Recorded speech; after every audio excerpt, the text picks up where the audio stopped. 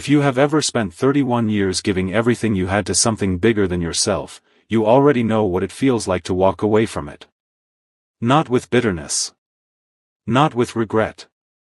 But with the quiet, settled understanding that you gave it your best, that your best was considerable, and that whatever came next was entirely yours to define. That was how Claudette Morrison left the United States Army at 58 years old. Not running from something. Walking toward something. She just didn't know what yet. She had spent 3 decades as a military nurse, rising through the ranks with the kind of steady, unshakable competence that made people trust her before she even opened her mouth. She had worked in field hospitals and base clinics and stateside facilities that smelled like industrial cleaner and burnt coffee. She had held the hands of young soldiers who were scared and old soldiers who were proud and everything in between. She had been good at it. She had been more than good at it. But the year she turned 58, her husband of 32 years, Gerald Morrison, sat her down at the kitchen table in their home in Atlanta, Georgia, poured her a cup of coffee the way she liked it, and told her that the cancer that had been quiet for 2 years had decided to speak again.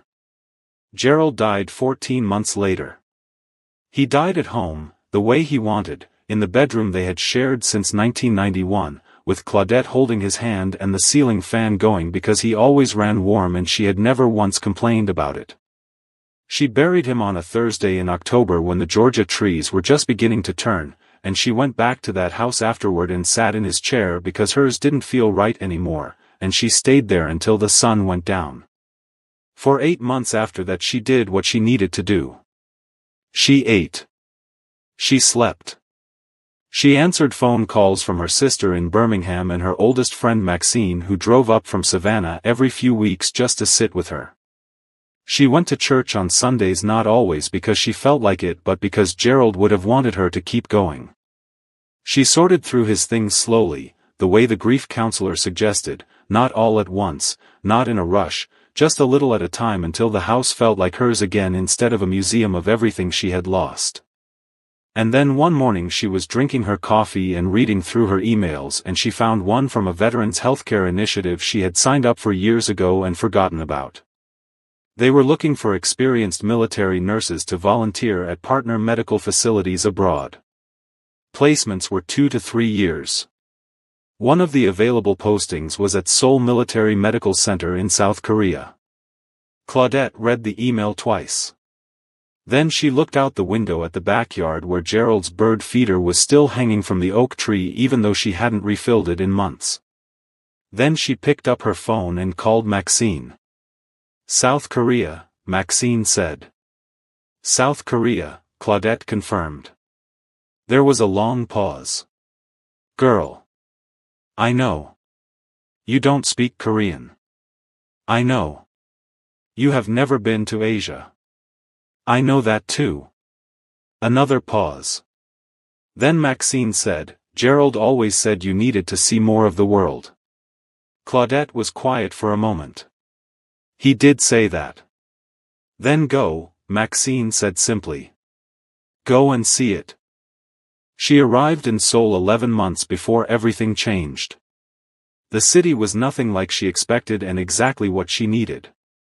It was vast and layered and completely indifferent to her grief in a way that turned out to be oddly healing. Nobody in Seoul knew that she was a widow. Nobody knew the particular shape of her loss. She was simply Claudette Morrison, Lieutenant Colonel retired, senior nurse, the American woman on the 3rd floor ward who kept her station immaculate and did not tolerate shortcuts. She built a small, good life there. She learned enough Korean to navigate the hospital and the market near her apartment. She found a church with an English language service on Sunday mornings. She video called Maxine every Saturday night and her sister every other Wednesday. She was not happy exactly, not yet, but she was present. She was moving.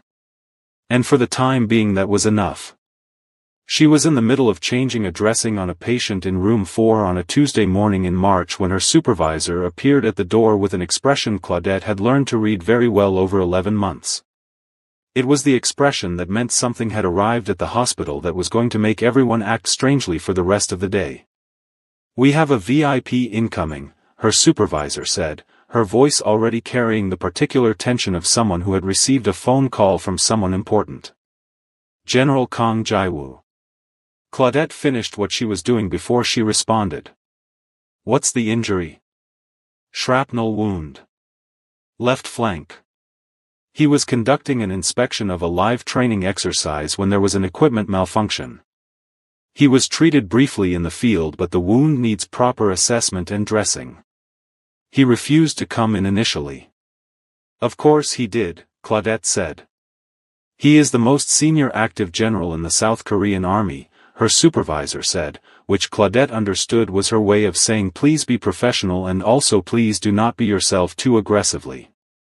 "I'm always professional," Claudette said, and pulled off her gloves. She had heard of General Kang Jaiwoo the way you heard of weather. Not because anyone sat you down and gave you a briefing, but because his name moved through the hospital the way certain names did, quietly, consistently, with a kind of atmospheric weight that meant people lowered their voices slightly when they said it. He was 58 years old. He had served in the South Korean army for over 3 decades.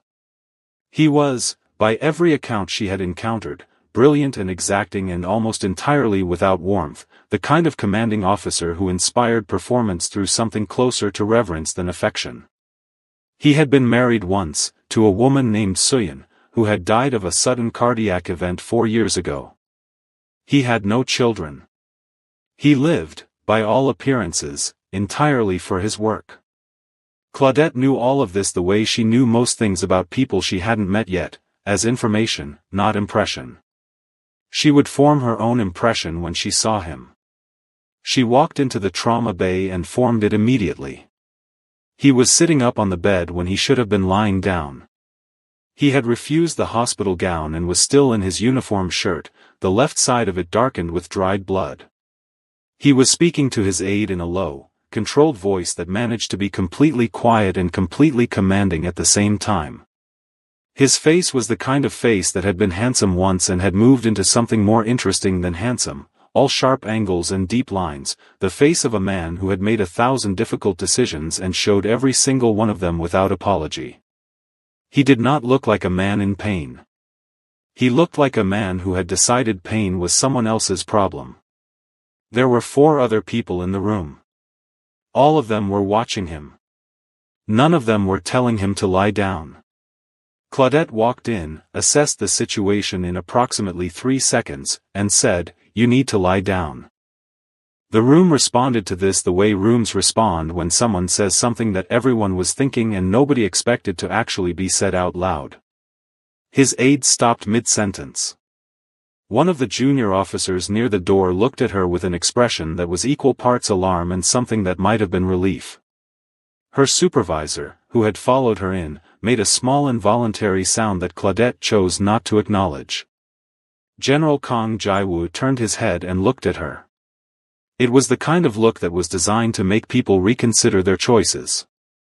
Claudette had been looked at like that before by men with considerably more practice at it, and she had not reconsidered a single choice as a result. She looked back at him with the calm, unhurried attention of a woman who had been doing this work for 31 years and was not going to be moved by eye contact, however formidable. "I'm Claudette Morrison," she said, moving to his left side with her tray.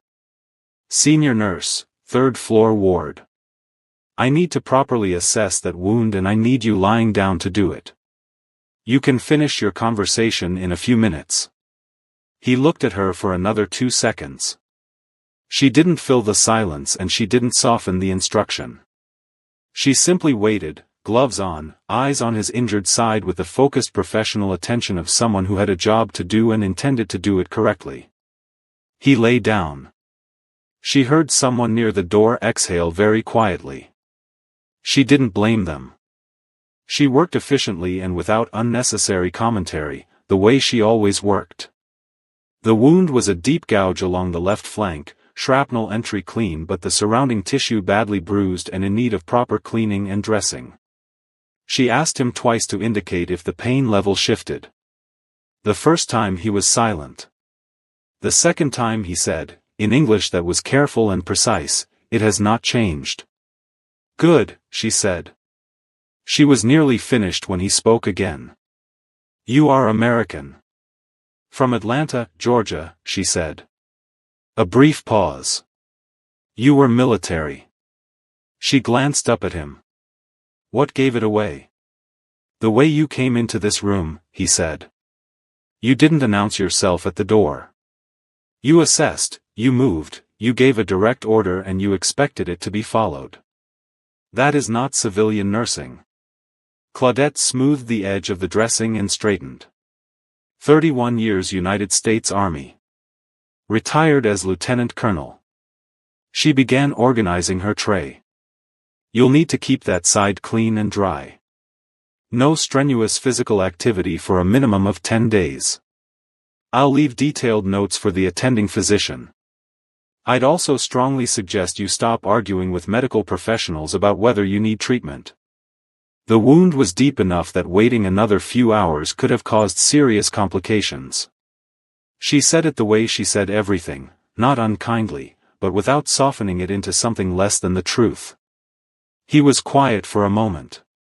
Then he said, You speak to generals the way most people speak to privates. I speak to patients the way patients need to be spoken to, Claudette said. Rank doesn't change what your body needs, General. Something moved across his face. She couldn't fully name it. It was there for just a moment and then it was gone, tucked back behind everything he had trained himself to keep controlled. But she saw it. In 31 years of nursing she had learned to see the things people tried not to show, and what she saw in that brief unguarded moment was not irritation and it was not pride. It looked, if she was reading it correctly, like surprise. Like a man who could not remember the last time someone had spoken to him as though he were simply a person. She picked up her tray. Get some rest, General. I mean that seriously, not as a courtesy. She was almost at the door when he said, Morrison. She stopped and looked back at him. Thank you, he said. It was only 2 words. But she had been a nurse long enough to know that some people said thank you like punctuation and some people said it like it cost them something real. General Kang Jaiwoo said it like the second kind. You're welcome, she said. And she walked out. She did not expect to see him again. VIP patients at Seoul Military Medical Center were typically managed by the senior physicians and the administrative staff who existed specifically to manage people of General Kang's stature. They did not usually come back to the general ward. They did not usually interact with the nursing staff beyond the initial treatment. She filed the encounter away in the part of her memory reserved for interesting moments that didn't connect to anything else, went back to her patients, finished her shift, and took the subway home to her apartment where she heated up the leftover rice and stew she had made on Sunday and called Maxine. Anything interesting happen today? Maxine asked, the way she always did.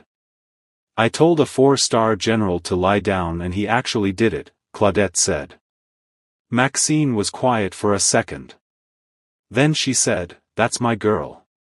Claudette laughed for the first time in a while. It felt good. She went to bed that night with the ceiling fan on because old habits don't break easily, and she slept better than she had in weeks. General Kang Jaiwoo came back to the hospital 6 days later. He did not come back because of a medical complication. That was the first thing Claudette established when he appeared at the entrance of the 3rd-floor ward on a Thursday afternoon, out of uniform for the first time she had seen, wearing a dark navy jacket and charcoal trousers, his aide notably absent, looking like a man who had made a decision and was not entirely comfortable with it yet. She had been at the nurse's station updating patient charts when she looked up and found him standing there, and her first professional instinct was to run through the list of post-treatment symptoms that would warrant a return visit. Is something wrong with the wound? She asked, already moving around the station toward him. No, he said. The wound is healing correctly. She stopped. Looked at him. Then what brings you back, General?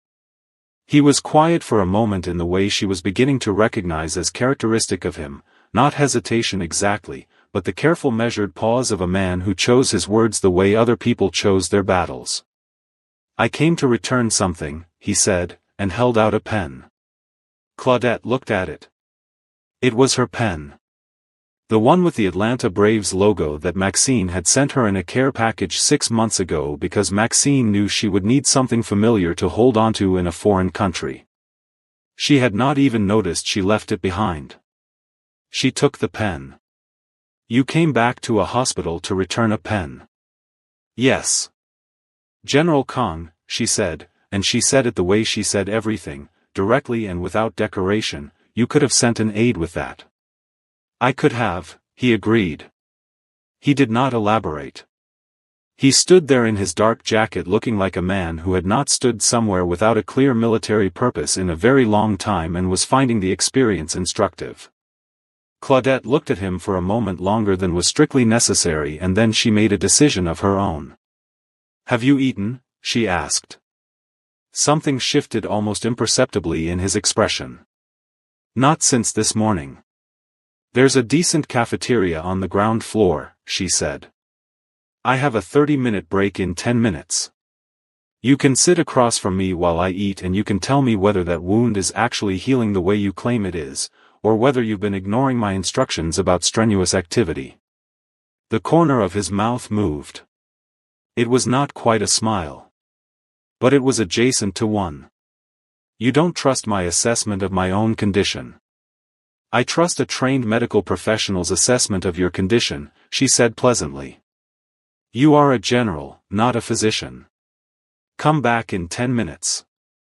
She went back to her charts. He left. And he was back in exactly 10 minutes, standing at the entrance of the ward with the punctuality of a man for whom time was a form of discipline. Claudette found this neither surprising nor particularly impressive. She had been military. She understood that punctuality was simply respect made visible. She finished her notation, picked up her badge and her Atlanta Braves pen, and walked him down to the cafeteria on the ground floor. They sat across from each other at a corner table near the window that looked out onto the hospital courtyard where a few young orderlies were eating outside in the thin March sunshine. Claudette had a bowl of doenjang jjigae and a cup of barley tea. He had coffee, black, no sugar, which she had expected. She checked the wound briefly and professionally while they waited for her food, confirmed it was healing well, and then she put the medical portion of the encounter aside entirely and simply talked to him the way she talked to anyone, directly, with genuine curiosity, without performance. How long have you been a general? She asked. I was promoted to my current rank 9 years ago, he said. I have served for 34 years total. Same as me, almost, she said. 31. She stirred her stew. Do you miss it? The early years? He considered this with the seriousness he apparently brought to everything. The early years were harder, he said. The work was physical in ways that it is no longer physical. But there was a clarity to it. You knew exactly what was required of you. And now? Now the work is political as much as it is military, he said. That requires a different kind of discipline. The kind you like less, she said. It wasn't a question. He looked at her across the table. Yes, he said. The kind I like considerably less. Claudette nodded and ate her stew. Outside in the courtyard one of the young orderlies was laughing at something on his phone and the sound came through the glass faintly, young and uncomplicated. She found herself wondering when the man sitting across from her had last laughed like that. Whether he ever had. What made you choose nursing? He asked. The question was careful, genuinely curious, the question of a man who did not ask things he didn't actually want to know the answer to. My mother was sick when I was 14, Claudette said. Nothing serious in the end, but serious enough that she spent 3 weeks in a hospital in Atlanta. I went to visit her every day after school and I watched the nurses and I thought, that's it. That's the work. Being the person who stays. Everybody else comes and goes. The doctors come in for 10 minutes and make their decisions and leave. The nurses stay. They're there at 2 in the morning when somebody is scared. They're there when the news is bad and when the news is good and every ordinary hour in between. I wanted to be the person who stays. She said it simply, without sentiment, the way she talked about most things. But when she looked up from her stew she found him watching her with an expression she hadn't seen on his face before. It was open in a way his face hadn't been open in the trauma bay. Like something she said had moved through the carefully maintained architecture of his composure and found a room he didn't usually let people into. My wife was sick for a long time before she died, he said. It came out quietly, not as an offering exactly, but as something he had decided she had earned. 4 years ago. A cardiac event, in the end. But before that there were 2 years of hospitals and treatment and, he stopped. Picked up his coffee. Set it down without drinking it. The nurses were the ones who made it bearable. Not for her only. For me. I know, Claudette said gently. We see that a lot. The families. I never told them that, he said. I don't think I said thank you to a single one of them. Not properly. You were grieving before you were done grieving, Claudette said. That takes everything you have. There's nothing left over for the things you mean to do. He was quiet for a moment. Then he said, you lost someone. It wasn't a question. She looked at him and found that he was watching her with the same focused attention he had probably used his entire career to read situations, to understand what was happening beneath the surface of things. She had the sense that he was not a man who missed much. My husband, she said. Gerald. 14 months before I came to Korea. How long were you married? 32 years. He was silent in a way that held the weight of what she had said without trying to reduce it to something more comfortable. She appreciated that more than she could have explained to him. People who had lost someone themselves knew how to do that, how to let grief occupy its actual size instead of rushing to make it smaller. He sounds like he was a good man, General Kong said finally. He was the best man I ever knew, Claudette said. Gentle and funny and completely certain about what mattered. He never wasted a single day being anything other than exactly who he was. She smiled at her tea. He used to refill my coffee before I knew I needed it. 32 years and he never stopped paying attention. Something in General Kang's face shifted quietly. Not pity. Something more complicated and more respectful than pity. Coming to Korea, he said. Was that his idea? It was his voice in my head after he was gone, she said. He always said I needed to see more of the world. Kept saying I gave everything to the army and the army gave me structure and purpose but it didn't give me wonder. He said I needed wonder. She looked out the window at the courtyard. I think he was right. He usually was. General Kong looked at her for a long moment. Do you find it here? He asked. The wonder. Claudette thought about the way Seoul looked from the bridge near her apartment on early Sunday mornings when the light came off the Han River in long pale sheets and the city was just waking up and everything felt possible in a quiet way. She thought about the market near her apartment where the woman who sold vegetables had started saving the best perilla leaves for her because she had learned Claudette used them in everything. She thought about the young nurses on her ward who came to her with questions they were afraid to ask the doctors and left looking like someone had handed them something solid to stand on. Some days, she said honestly. Some days I do. He nodded as though this was the correct answer, the one he would have given himself about his own life on an honest day. They sat in a companionable quiet for a moment that felt, to Claudette, like the kind of quiet you could only sit in with someone you had just recognized as a particular kind of person. The kind of person who didn't need to fill silence with noise. The kind of person who had been through enough to know that some of the most important conversations happened in the spaces between words. Her break was almost over. She finished her tea and began gathering herself to go back upstairs. He stood when she stood, reflexively, with the automatic courtesy of a man from another generation of manners, and she noticed it and said nothing about it because it was simply good behavior, and good behavior deserved to be received gracefully. "Thank you for the company," she said. "And for the pen." "Thank you for the meal," he said, though he had only had coffee and hadn't paid for that either since she had waved him off when he reached for his wallet. She had been a military woman for 31 years, and she knew that the person who suggested the outing paid for it regardless of rank. That was just how it was done. She was 3 steps away when he said, "Morrison." She turned. He was standing by the table looking at her with that careful, measured expression, and she had the sense that he was about to say something he had decided on before he walked back into this hospital today and had been working up to ever since. "Would you be willing to have coffee again?" he said. "Not in the hospital cafeteria." Claudette looked at him for a moment. General Kang Jae-woo, 58 years old, most decorated and most feared active general in South Korea, standing in a hospital cafeteria in a navy jacket asking her to have coffee. Looking, for just this one unguarded moment, like a man who was genuinely uncertain what her answer would be. Like it mattered to him what her answer would be. "I'm off on Saturdays," she said. Something settled in his expression. Quiet and certain. "Saturday," he said. "Saturday," she confirmed, and went back to her patients.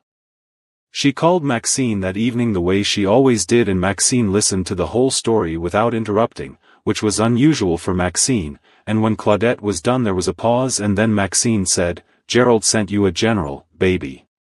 Claudette was quiet for a moment. Outside her apartment window Seoul was settling into its evening, all lights and motion and the particular hum of a city that never fully stopped. "Don't start, Maxine," she said. "I'm just saying what I'm saying," Maxine said serenely. "I'm just saying what I'm saying." Claudette shook her head and smiled at her window and did not say anything else about it. But that night before she went to sleep she looked at the small framed photograph of Gerald she kept on the nightstand, the one from their 20th anniversary trip to New Orleans where he was laughing at something she had just said and the light was perfect and he looked exactly like the man she had loved since she was 26 years old. "Don't you start either," she told him quietly. The ceiling fan turned. The city hummed outside. And Claudette Morrison, 62 years old, widow, retired lieutenant colonel, senior nurse in a city she was still learning to love, lay back on her pillow and found, to her own considerable surprise, that she was looking forward to Saturday. Saturday came the way good things sometimes came after a long season of hard things, quietly, without fanfare, with the particular quality of light that belongs to mornings when you wake up and remember that something is different today before you remember what it is. Claudette woke at 6:15 the way she always did, made her coffee the way Gerald had taught her, strong and with just enough cream to take the edge off, and sat at her small kitchen table watching Seoul wake up through the window. The Han River was visible from her apartment on clear days, a silver thread between the buildings, and this morning it was clear enough that she could see it catching the early light and throwing it back in long slow flashes. She had not told anyone at the hospital about Saturday. Not because she thought it was a secret exactly, but because she understood instinctively that some things needed room to breathe before they were named. The moment you gave other people's opinions access to something new and tender you changed its shape. She had learned that the hard way years ago, when she and Gerald were first together and she had made the mistake of telling her mother too early and spent the first 3 months of the best relationship of her life defending it at Sunday dinners. She was 62 years old now and she had earned the right to let things develop in their own time without an audience. General Kang had texted her the address. A coffee shop in Itaewon, the neighborhood of Seoul that had been shaped over decades by international presence and had a particular character because of it, cosmopolitan and layered, the kind of place where a black American woman and a Korean general could sit across from each other and be unremarkable to the people around them. She appreciated the choice. It told her something about how carefully he had thought about this. She dressed simply and well the way she always did. A deep burgundy blouse that Gerald had always said made her look like herself at her best, dark trousers, her good flats. She wore the small gold earrings her sister had given her for her 60th birthday. She looked at herself in the mirror for a moment the way women look at themselves when they are going somewhere that matters even when they are not ready to admit that it matters, and she thought about what Maxine had said on the phone and she thought about what she had said to Gerald's photograph, and then she picked up her bag and went to meet him. He was already there when she arrived. He was sitting at a corner table near the window, out of uniform again, in a dark gray sweater that made him look like a different version of himself than the one she had met in the trauma bay. Less architectural. More human. He stood when he saw her come in, the same reflexive courtesy he had shown in the cafeteria, and she crossed the room and sat down across from him and they looked at each other for a moment in the particular way of two people who are both experienced enough to know what this is and neither of whom is in a hurry to say it out loud. "You found it easily," he said. "I have a good sense of direction," she said. "Always have." The coffee shop was warm and unhurried, the kind of place with exposed brick and mismatched cups and soft music playing low enough that you could forget it was there. A young woman came and took their order and left them to it and they settled into the morning the way two people settle into something when they have both decided, without discussing it, that there is no rush. "Tell me about Atlanta," he said. Nobody in Korea had ever asked her that before. They asked where she was from and she said Atlanta and they nodded with the recognition that Atlanta carried internationally, a city people had heard of, a city with a shape in the global imagination, and that was usually the end of it. But he was asking her to tell him about it, which was different. Which was the difference between knowing a word and wanting to understand what the word meant to the person who grew up speaking it. "It is complicated the way all southern cities are complicated," she said. "It has a history that is heavy and real and you feel it if you are paying attention, and most black people in Atlanta are always paying attention. But it also has something, I don't know how to say this without sounding like a postcard, it has something alive in it. A sense of possibility that I think comes from what people built there despite everything that was stacked against them. My grandmother used to say Atlanta was a city that kept deciding to be better than its past. Some days it succeeded more than others. But the deciding itself meant something." He was listening to her with the complete focused attention she was beginning to recognize as simply the way he listened. Not waiting for his turn to speak. Actually listening.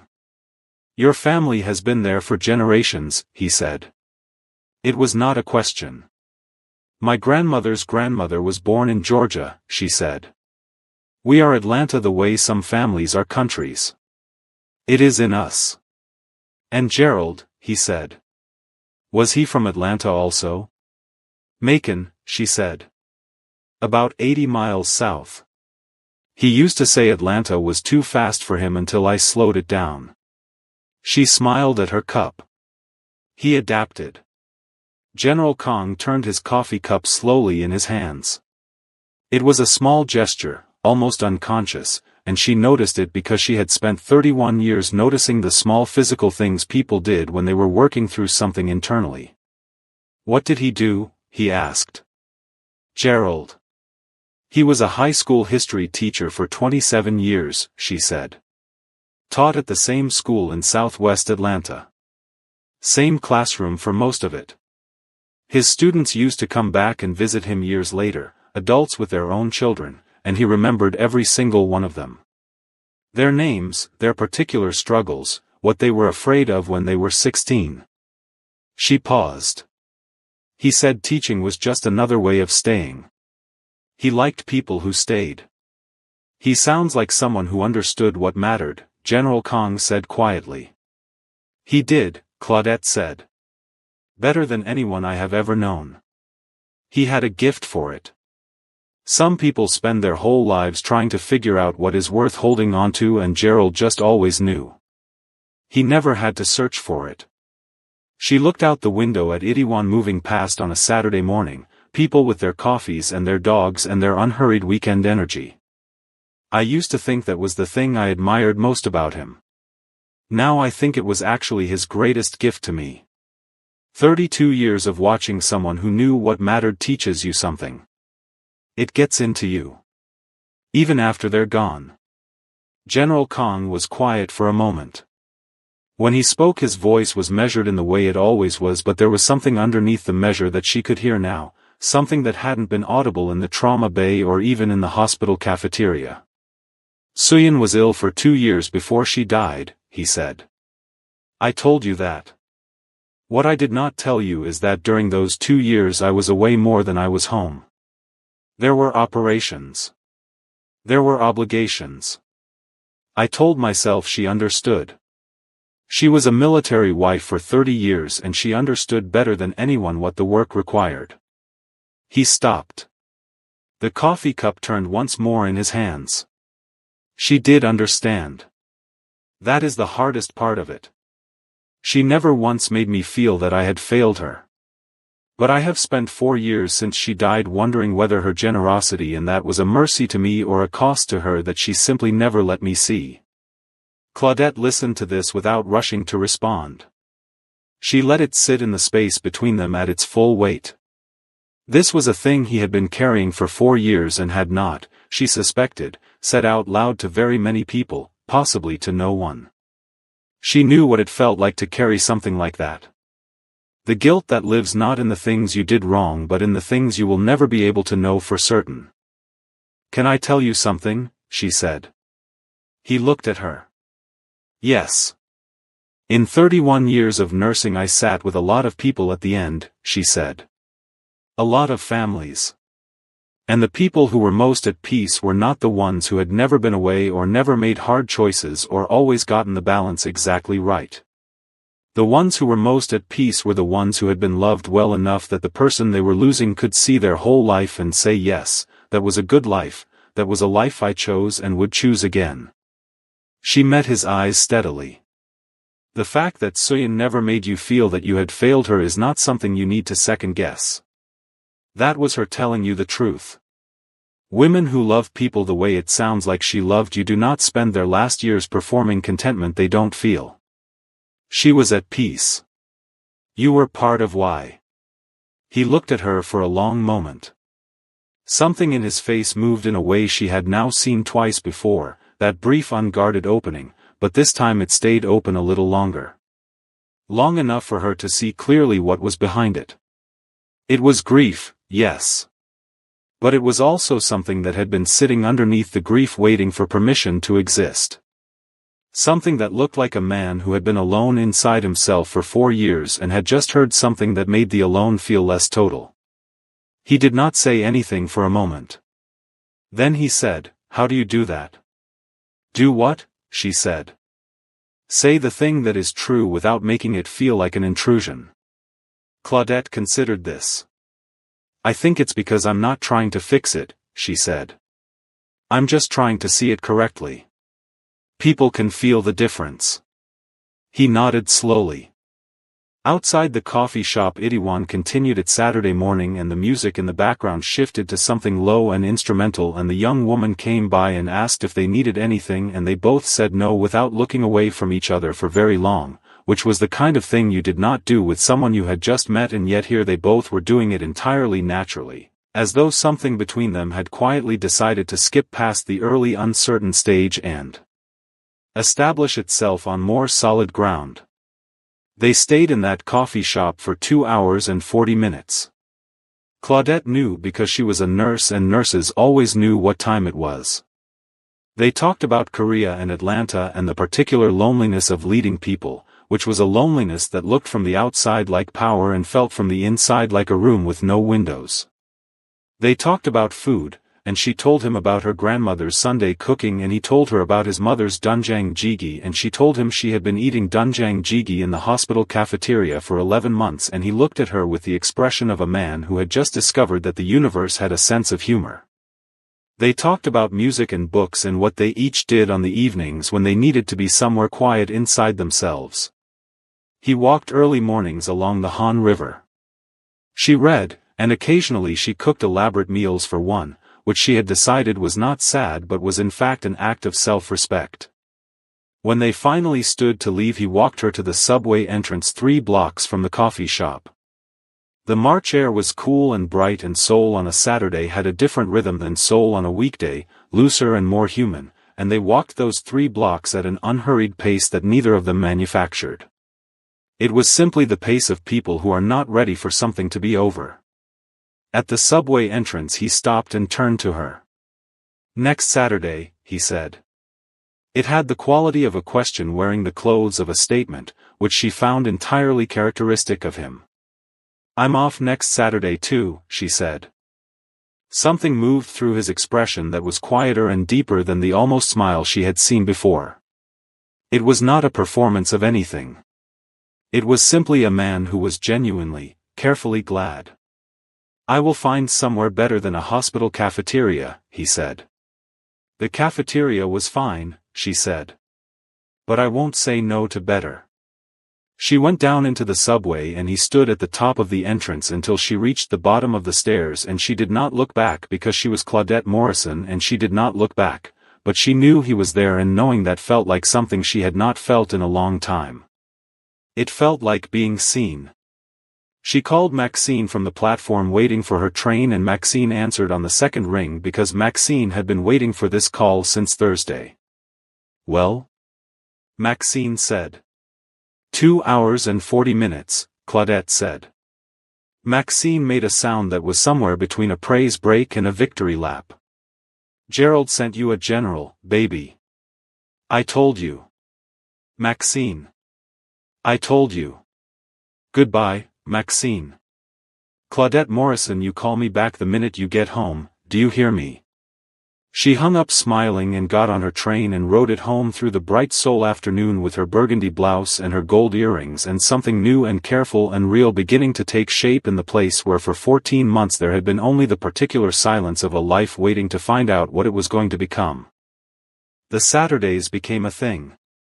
Not immediately, not with any announcement or formal declaration, but in the quiet accumulating way that real things become real. One Saturday and then another until the absence of it would have been the thing that required explanation rather than the presence of it. They went to a restaurant in Mapo that served grilled fish the way his mother had made it, and he watched her eat with the genuine appetite of a woman who respected good food, and something in his face relaxed in a way she was learning to recognize as his version of happiness. They walked along the Han River one Saturday morning when the cherry blossoms were just beginning and the path was full of families and young couples and elderly people moving slowly with the careful dignity of people who had earned their pace, and they walked among all of it talking about everything and nothing with the ease of people who had somehow, without planning it, become each other's favorite conversation. She learned him the way she had always learned people, through attention rather than interrogation. She learned that he took his coffee black always and his tea with nothing in it, and that he had strong opinions about both that he delivered without apology. She learned that he read history the way other people watched television, compulsively and late into the night, and that his particular obsession was the Korean War, not from a military strategy perspective only but from a human one, the ordinary people caught inside extraordinary circumstances, the ones history recorded only as numbers if it recorded them at all. She learned that he had a younger sister in Busan whom he called every Sunday evening and spoke to with a warmth that was entirely different from the controlled precision he brought to every other interaction, looser and almost boyish, and that his sister apparently had opinions about his life that she delivered freely and that he received with more patience than he received most things. She learned that he was funny. This surprised her more than anything else about him. Not broadly funny, not the kind of funny that performed itself, but quietly and precisely funny in the way of someone who saw the world clearly enough to notice its absurdities and trusted you enough to point them out.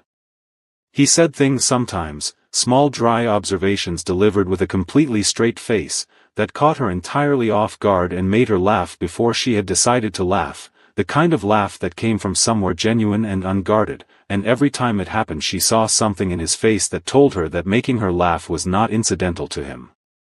That he was paying attention to it. That it mattered. She did not examine what was happening between them too closely. She was 62 years old and she had been in love once, properly and completely, and she knew that the surest way to disturb something real in its early stages was to shine too bright a light on it before it was ready to bear being seen. She let it develop the way good things developed, in its own time, at its own pace, in the unhurried rhythm of two people who were old enough to know that there was no prize for rushing and experienced enough to understand that what they had already was worth protecting. What she did not anticipate was the world outside their Saturdays having opinions about it. It started subtly the way these things always started. A junior officer she didn't know nodded at her in the hospital corridor with an expression that had too much knowledge in it for a stranger. Her supervisor called her into her office for what was officially a routine check-in and spent 20 minutes being professionally warm in a way that felt like it was cushioning something. Two of the younger nurses on her ward began behaving around her with a particular careful courtesy that was different from their usual easy familiarity, the kind of courtesy that meant they were aware of something they hadn't decided how to feel about yet. Seoul Military Medical Center was a military hospital. Military hospitals were their own ecosystems with their own information networks and their own particular metabolism for news. A senior general returning to a ward where he had no medical reason to return, appearing in the ground floor cafeteria out of uniform, being seen walking toward the Itaewon subway entrance on a Saturday morning, these were not invisible things in that ecosystem. Claudette had spent 31 years in military environments. She knew exactly how visible they were. She had simply decided that she was 62 years old and a retired lieutenant colonel, and she did not require anyone's permission to have coffee with someone on a Saturday morning. What she had not fully accounted for was General Kang's particular position in the national landscape. He told her about it on their fifth Saturday, directly and without softening it, which she appreciated because she had no patience for information delivered in pieces. They were at a restaurant in Yongsan this time, a quiet place he had chosen with the same deliberate thoughtfulness he brought to all their Saturday locations, places that were good and comfortable and where she would feel at ease rather than places that were impressive and where he might feel powerful. She had noticed this pattern and it told her something about him that she filed away carefully. "There is something I need to tell you," he said, after the food had come and they had eaten enough that the conversation could settle into seriousness without being interrupted by logistics. "Then tell me," she said. He set down his chopsticks and looked at her with the direct steady gaze that she had come to understand was his way of giving something his full respect. "When Suyin died," he said, "there were people in the government, senior people, who began discussing what they called the question of my future. By which they meant who I would eventually marry. I am the most senior active general in this country. I have a public profile and a political weight that makes my personal life a matter of institutional interest to certain people in ways that are," he paused and she could see him choosing words carefully, "that are considerably beyond what most people experience." Claudette looked at him steadily. "Go on." 18 months ago," he said, "a conversation began between my office and the family of a senior government minister. His daughter, a woman named Park Jae-hai, 39 years old, educated, accomplished. The conversation was not something I initiated. It was something that was presented to me as the appropriate next step, the sensible arrangement, the thing that would be good for the country and good for my career and good for the ministry and good for a great many things that were not, notably, me." He said the last part without bitterness but with a precise dryness that she recognized. "I did not agree to it. But I did not formally refuse it either. I allowed it to exist in the space of things that had not yet been resolved. That was," he considered this, "that was a failure of directness on my part. And it has created a situation that I think you deserve to know about." Claudette was quiet for a moment. She was thinking about several things simultaneously the way she always thought, in parallel tracks, each one running clearly without tangling with the others. She was thinking about what he had just told her. She was thinking about what it cost him to tell her. She was thinking about the junior officer in the corridor and her supervisor's careful warmth and the way the younger nurses had been looking at her. She was thinking about the fact that she was a 62-year-old black American woman in South Korea and that whatever was developing between her and the most senior active general in this country was not going to be invisible to anyone, and she had known that and she had continued anyway, and she needed to examine honestly whether she had understood the full weight of what she was continuing into. "How serious is this arrangement?" she asked. "The minister has announced it publicly," he said. 3 weeks ago. Not as a confirmed engagement. He used the term promising development. And you didn't stop him. I did not know until after, he said. I was told as something that had already happened rather than something that required my input. Which tells you a great deal about how these conversations have been conducted. Claudette looked at him. And what do you want, General? Not what the minister wants. Not what your office thinks is appropriate. What do you want? The directness of the question seemed to land on him in a particular way. Like he had been waiting for someone to ask it and had almost stopped expecting that anyone would. He looked at her across the table in the quiet Yongsan restaurant and his expression was the most open she had ever seen it, all the careful architecture of his public face set aside, just a man sitting across from a woman and telling her the truth. I want to keep having Saturdays with you, he said. I want to sit across from you and talk about Atlanta and history and what matters, and I want to hear you laugh at things I say because you laughed before you decided to, and that means something real. He stopped and she could see him being precise about it, choosing the words that were actually true rather than the words that were safe. I want whatever this is to have room to become what it is trying to become. Without me having allowed someone else's announcement to make that impossible before it has had the chance to be anything. Claudette was quiet for a moment. The restaurant moved gently around them.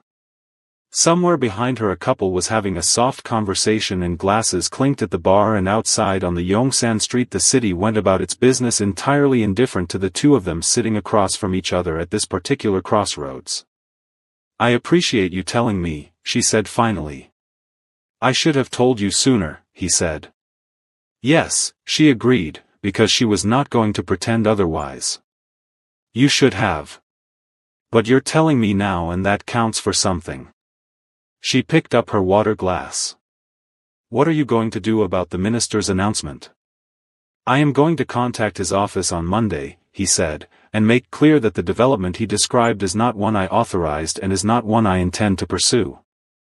And I am going to do it with the directness that I should have applied 18 months ago when this conversation first began.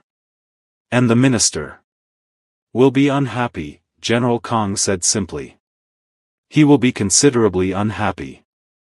He has been positioning this arrangement as a political alliance and he does not respond well to having his plans adjusted. There will be, he considered the word, noise.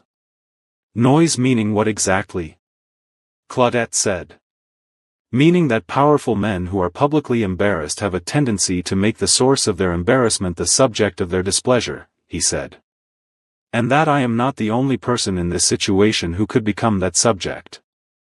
Claudette understood exactly what he was saying. She set down her water glass and looked at him with the clear steady gaze of a woman who had survived 31 years in the United States Army and 14 months of grief and 11 months in a foreign country and was not new to the concept of being the subject of powerful people's displeasure. General Kong, she said. I was a black woman in the United States military for 31 years.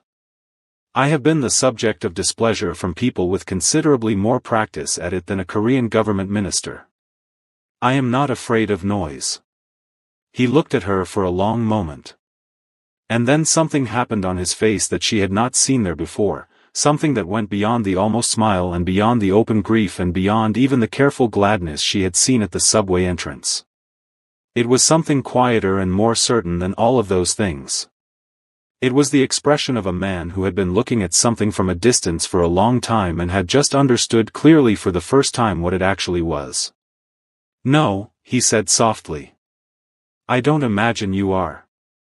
They finished dinner and he walked her to the subway the way he always did, and at the entrance he stood and looked at her with that new expression still present in his face, and she looked back at him, and the soul evening moved around them warm and lit and full of its own noise that had nothing to do with them. Monday, she said. Make the call. Monday, he said. I will make the call. She went down the steps and this time, just at the bottom, she looked back. He was still there. He raised his hand once, a small simple gesture, and she nodded and turned and walked to her train. She did not call Maxine that night. She sat in her apartment with her tea and thought quietly and carefully about everything he had said and everything she had said and everything that was now in motion, and she felt, underneath the complexity of it all, underneath the very real understanding that things were about to become considerably less simple, something that she recognized and had not expected to feel again in this life. She felt like herself. Fully and completely herself. Not the grieving self or the soldiering self or the carefully managing self, but the whole self, the one that had opinions and courage and a laugh that came out before she decided to laugh, the one that Gerald had loved and that she had been slowly, painstakingly rebuilding in the 11 months since she came to this city. She finished her tea and washed her cup and went to bed. Outside, the ceiling fan turned and the Han River caught the city lights and threw them back in long silver pieces, and Seoul went on being itself, enormous and indifferent and somehow, in the way of cities that don't know they are doing it, exactly what she needed. He made the call on Monday the way he said he would. She knew because he sent her a text message that afternoon, 3 words, characteristically minimal, characteristically him. Call was made. She read it standing at the nurse's station between patients, and she felt something settle in her chest that she recognized as the particular relief of a person who has decided to trust someone and been proven right to do so. She put her phone back in her pocket and went back to work and did not think about it again until she was on the subway home that evening, and then she allowed herself to think about it fully, the whole weight of what those 3 words meant and what they had set in motion, and she decided that whatever came next she was ready for it. What came next arrived faster than she expected. By Wednesday the hospital felt different. Not dramatically different, not in any way she could have pointed to specifically if someone had asked her to describe it, but different in the way that environments change when information moves through them and changes the temperature of things. People looked at her a half-second longer than they had before. Conversations shifted slightly when she entered rooms. Her supervisor appeared at the ward entrance twice in one afternoon for reasons that did not hold up to scrutiny, and both times found reasons to leave before speaking to her directly. Claudette observed all of this with the calm, clear attention she brought to everything and understood it for exactly what it was. The information had moved. It had moved fast and it had moved far, and it had arrived at the hospital before she had any opportunity to shape the narrative or context around it. She had expected this. She had told him she was not afraid of noise, and she had meant it.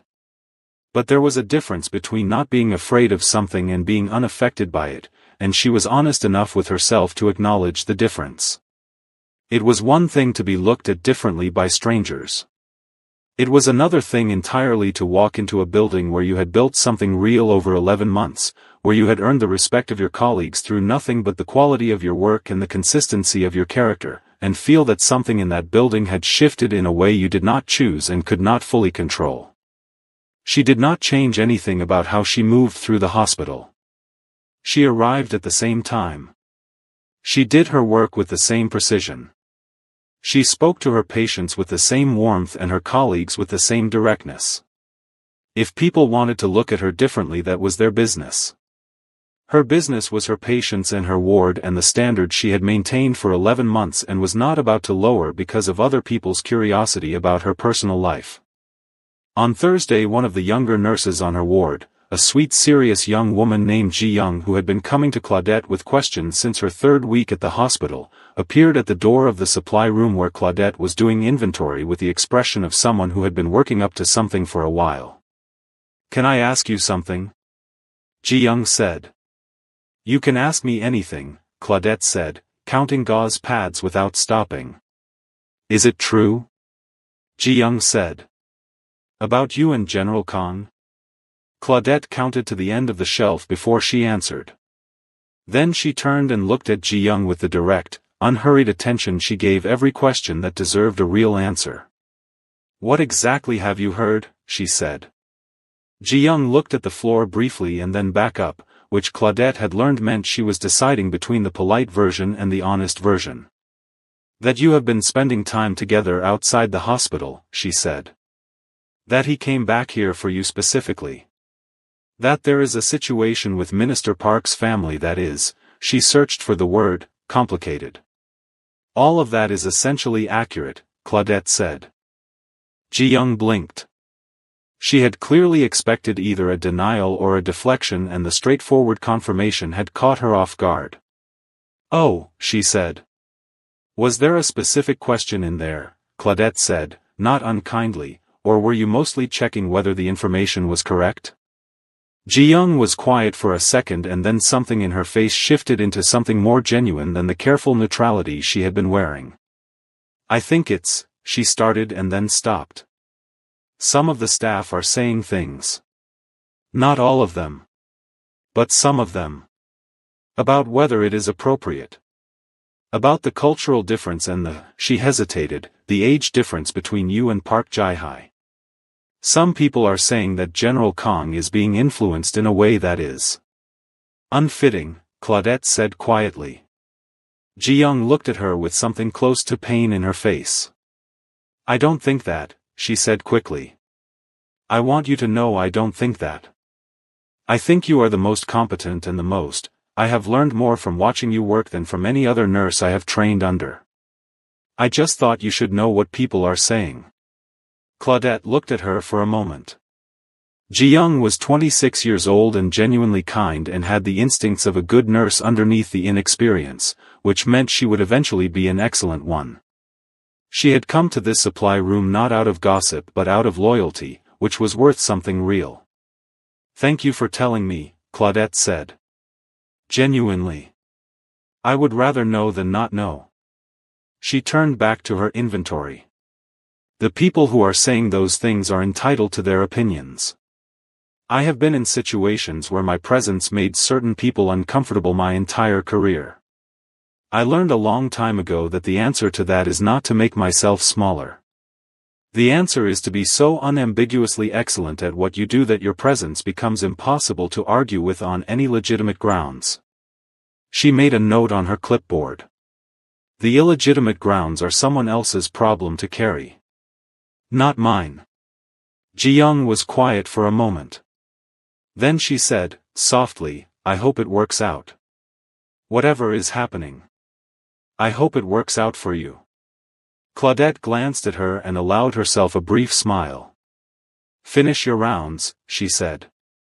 "And don't let anybody at this nurse's station see you coming out of here looking like you've been having a personal conversation, or they will be talking about that too." Ji-young laughed despite herself and straightened up and left, and Claudette went back to her inventory and finished it correctly and completely the way she finished everything.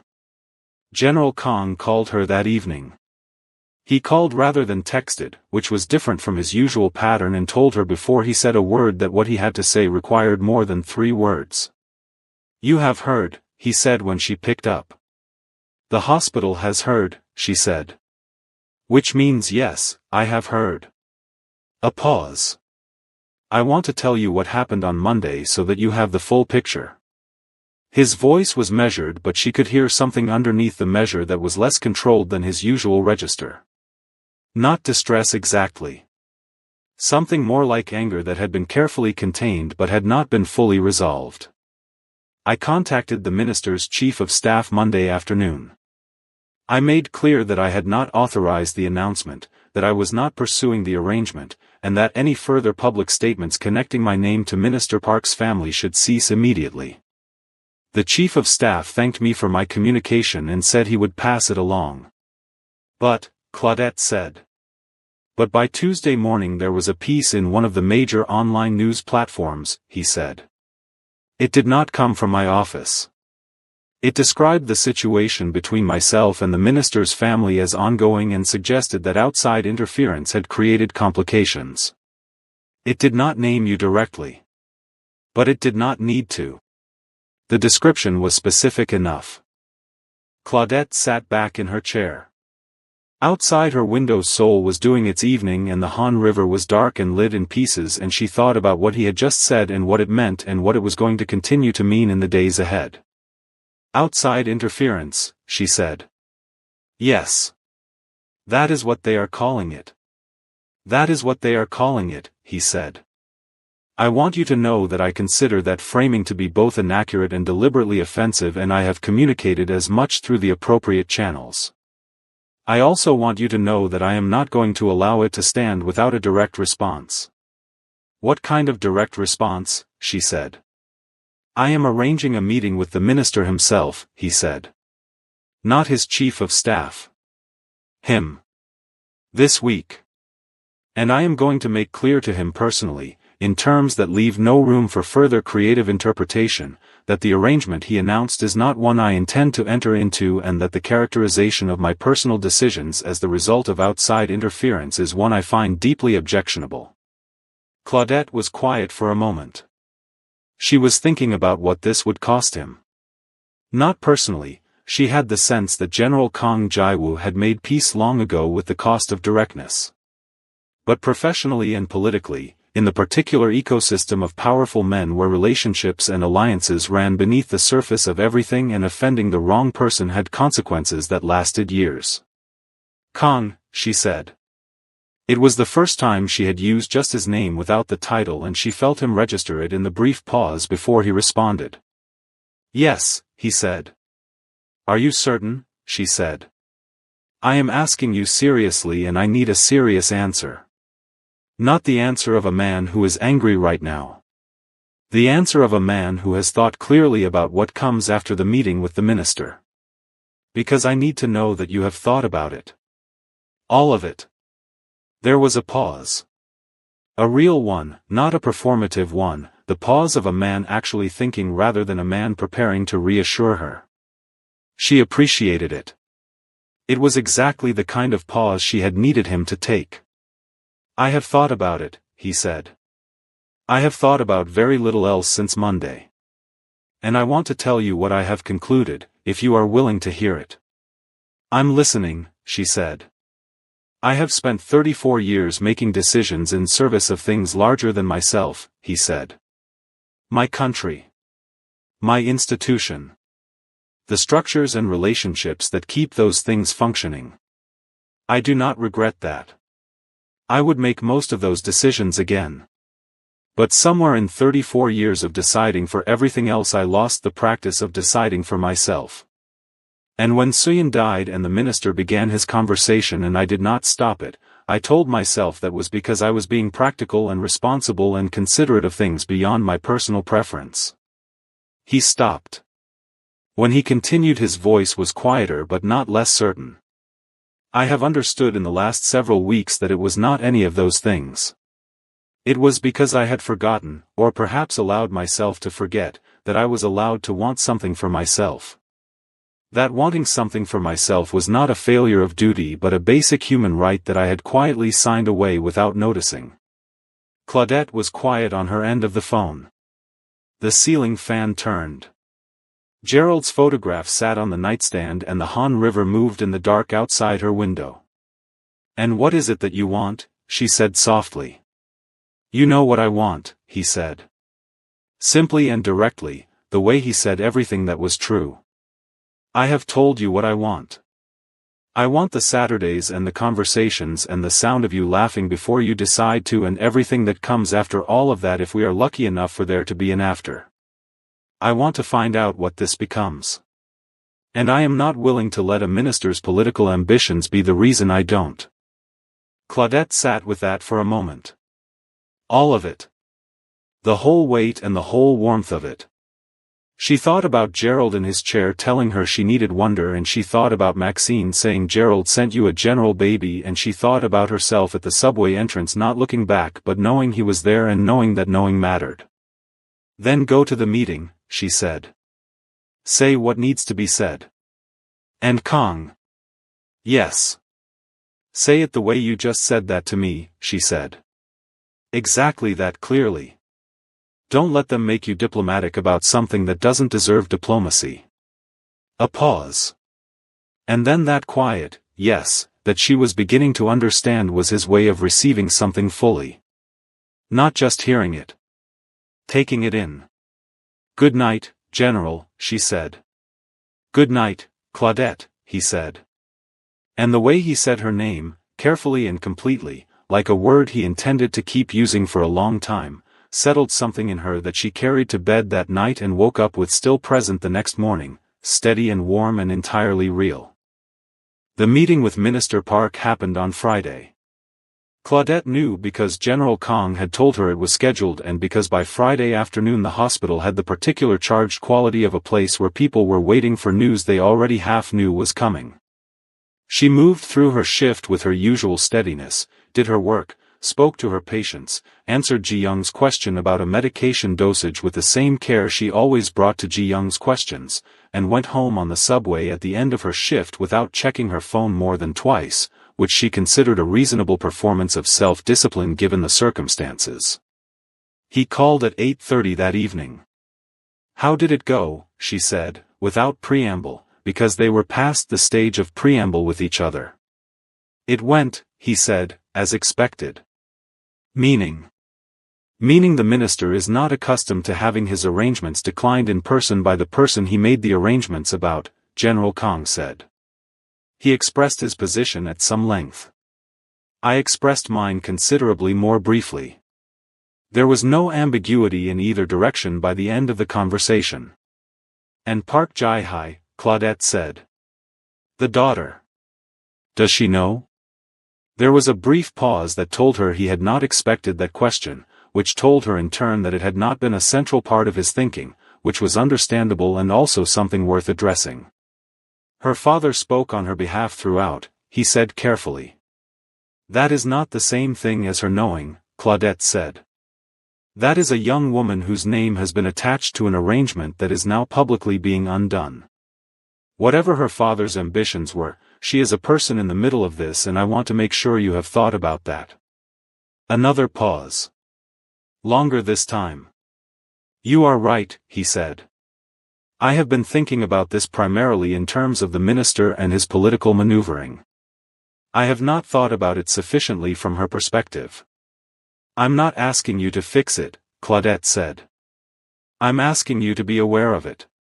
She didn't create this situation any more than I did. She was placed in it the same way you were placed in it, by people who decided her life was a useful instrument for their plans. That deserves some consideration." "It does," he said quietly. "You are right, and I will think about how to address it appropriately." This was one of the things she had come to understand about him in their weeks of Saturdays and evening phone calls and the gradual careful accumulation of knowing someone. He did not defend himself when he was wrong. He did not make a performance of acknowledging it either. He simply took the correction, assessed it honestly, and adjusted. It was rarer than it should have been in a person of his stature, and she valued it more than she had words for. "Was there anything else in the meeting?" she said. "Anything I should know?" He made a comment, General Kong said. His voice was level, but she could hear the thing underneath the level, the same contained anger she had heard on Monday's call. "About the nature of my judgment. About whether certain influences were appropriate for a man in my position." He did not use your name, but his meaning was entirely clear. Claudette was quiet for a moment. She had expected this. She had known since the moment she understood the shape of this situation that this was coming, the particular kind of challenge that powerful men deployed when they felt their position threatened, the attack that dressed itself as concern for propriety or institutional integrity but was in its actual substance nothing more than the use of someone's identity as a weapon. She had been a black woman in the United States military for 31 years. She had sat across from that particular weapon more times than she could count. "And what did you say?" she said. "I told him," General Kong said, with a precision and a quietness that she recognized as the register he used when he was being most serious, that the woman he was describing had served her country for 31 years with a distinction that matched or exceeded most of the people in the room he was sitting in. That she was a retired lieutenant colonel and a senior medical professional and a person of exceptional character and intelligence. And that any suggestion that her presence in my life represented an inappropriate influence was an insult that I was not willing to hear again in any room where I was present. Claudette sat very still for a moment. The ceiling fan turned. Outside her window Seoul did its nighttime and the lights reflected off the Han River in long broken pieces, and she thought about those words and what they had cost him to say them in that room to that man and what it meant that he had said them anyway. "Kong," she said. "Yes." "Thank you," she said. And she said it the way he had said it to her in the trauma bay all those weeks ago, like a word that cost something real, like a word she meant with the full weight of what she understood it to mean. "I meant every word of it," he said simply. "I know you did," she said. "That's why I'm thanking you." They were quiet together for a moment on the phone, the particular quiet of two people who have just moved through something and are sitting on the other side of it taking stock of where they are. Outside both their windows Seoul went on being Seoul, enormous and lit and entirely itself. "There will be more noise," he said. "I want to be honest with you about that. The minister is not a man who accepts outcomes he didn't choose without pursuing other avenues. There will likely be things said in the press. There may be things said through institutional channels as well. I have people I trust who are watching those channels, and I will tell you anything that becomes relevant to you directly and immediately. I will not manage information on your behalf without your knowledge. I want to be clear about that." "I appreciate that," she said. "And I want to be clear about something on my side as well." "Tell me." "I have been having a conversation with myself this week," she said. "About what I am willing to navigate and what it would cost me to navigate it, and whether the cost is one I am prepared to pay. I want you to know that I have had that conversation honestly. Not because I was looking for a reason to step back. But because I am 62 years old and I have learned that the time to be honest about what you can carry is before you are in the middle of carrying it, not after." "And what did you conclude?" he said. His voice was careful. Not afraid exactly, but careful, the way a person was careful about a question whose answer genuinely mattered to them. "I concluded," she said, "that I have navigated harder things than a minister with wounded pride and a press cycle with a short memory. I concluded that I did not come to the other side of 31 years of military service and 32 years of marriage and 14 months of grief and 11 months alone in a foreign city just to let someone else's discomfort decide what I was allowed to have." She paused. "I am not going anywhere, Kang. I want you to know that clearly. But I also want you to know that I am saying that as a woman who has thought about it seriously, not as a woman who is being swept along by something without examining it. There is a difference, and it matters to me that you understand the difference." The pause on his end was the longest of any pause she had heard from him. When he spoke, his voice had something in it she had not heard there before, something that was past the careful gladness and past the openness and further in than any of those things, something that sounded like a man who had been holding something very carefully for a very long time and had just been told he could set it down. "I understand the difference," he said. "And I want you to know that the fact that you said it that way, the fact that you examined it and chose it deliberately and are telling me that you chose it deliberately, that means more to me than I have words for tonight." "Then we don't need more words tonight," she said quietly. "No," he agreed. "We don't."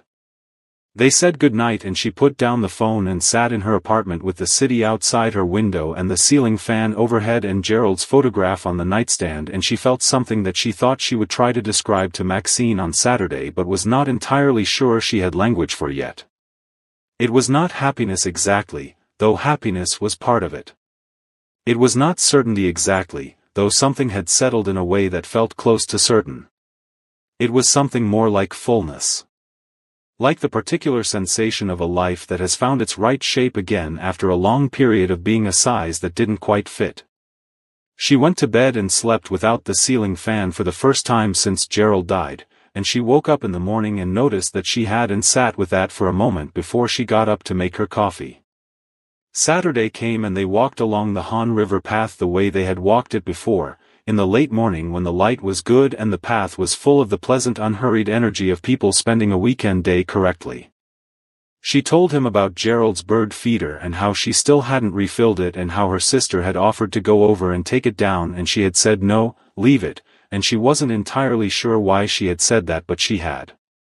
He told her about Soyeon's garden, a small rooftop garden at their apartment in Yongsan where she had grown tomatoes and chrysanthemums with a stubbornness that refused to acknowledge that rooftop gardens in Seoul were not ideal growing environments, and how the new tenants had taken out the planters and he had only found out by accident and had felt, irrationally, that something specific and irreplaceable had been lost. It's not irrational, Claudette said. The tomatoes were objectively poor quality, he said. That is completely beside the point, she said. He looked at her sideways and the corner of his mouth moved in the way that was becoming one of her favorite things about his face. Yes, he said. It is. They walked and the river moved beside them and the cherry blossom season was fully arrived now, the trees along the path in their full brief extravagant bloom, and she thought that Gerald would have loved this, would have taken photographs he never looked at again the way he always did with beautiful things, wanting to hold onto them in every way available to him, even the ineffective ways. She thought about this without the usual accompaniment of sadness and noticed that she was thinking about it without the sadness and decided that this too was something she would sit with rather than rush to explain. They stopped at a bench near the water and sat the way they sometimes did when the walking had done its work and the stillness felt right. The river moved in front of them and a family of 4 passed on bicycles, and somewhere further down the path someone was playing music softly, and the whole morning had the quality of something complete in itself, needing nothing added to it. My sister is coming to Seoul next weekend, he said. Claudette looked at him. Is she? She has been planning to visit for some time, he said, with the careful neutrality of a man who was not entirely convincing himself. The timing is coincidental. Kong, she said. Yes. Your sister is coming to inspect me. The almost smile became the full smile, the rare one, the one that changed his whole face into something that made her understand completely why Suyin had loved him for 30 years. She prefers the word meet, he said. I am sure she does, Claudette said, and shook her head and looked back at the river and felt, quietly and completely, that she did not mind. That the idea of meeting the woman who called him every Sunday and had opinions about his life at considerable length and volume felt not like a test but like a door opening into something larger and more real. She was still thinking about this, about doors and what was on the other side of them, when she got home that afternoon and found a voicemail on her phone from the hospital administrator's office asking her to come in 30 minutes early on Monday morning for what was described as a routine administrative matter. She knew, with the instinct of a woman who had spent 31 years reading between the lines of institutional language, that it was not a routine administrative matter. She called Maxine and told her about the Saturday and the river and the cherry blossoms and the full smile and the sister coming to Seoul, and Maxine made every appropriate sound at every appropriate moment, and then Claudette told her about the voicemail and Maxine went quiet in the way she went quiet when she was thinking seriously. You going? Maxine said. Of course I'm going, Claudette said. You want me to pray over you first? Maxine. I'm serious, Claudette. Let me pray over you right now on this phone. Good night, Maxine, Claudette said, and hung up smiling, and went to bed with the window open and the Seoul night coming in soft and cool and the Han River somewhere out there in the dark doing what rivers did, moving steadily forward regardless of what was happening on the banks.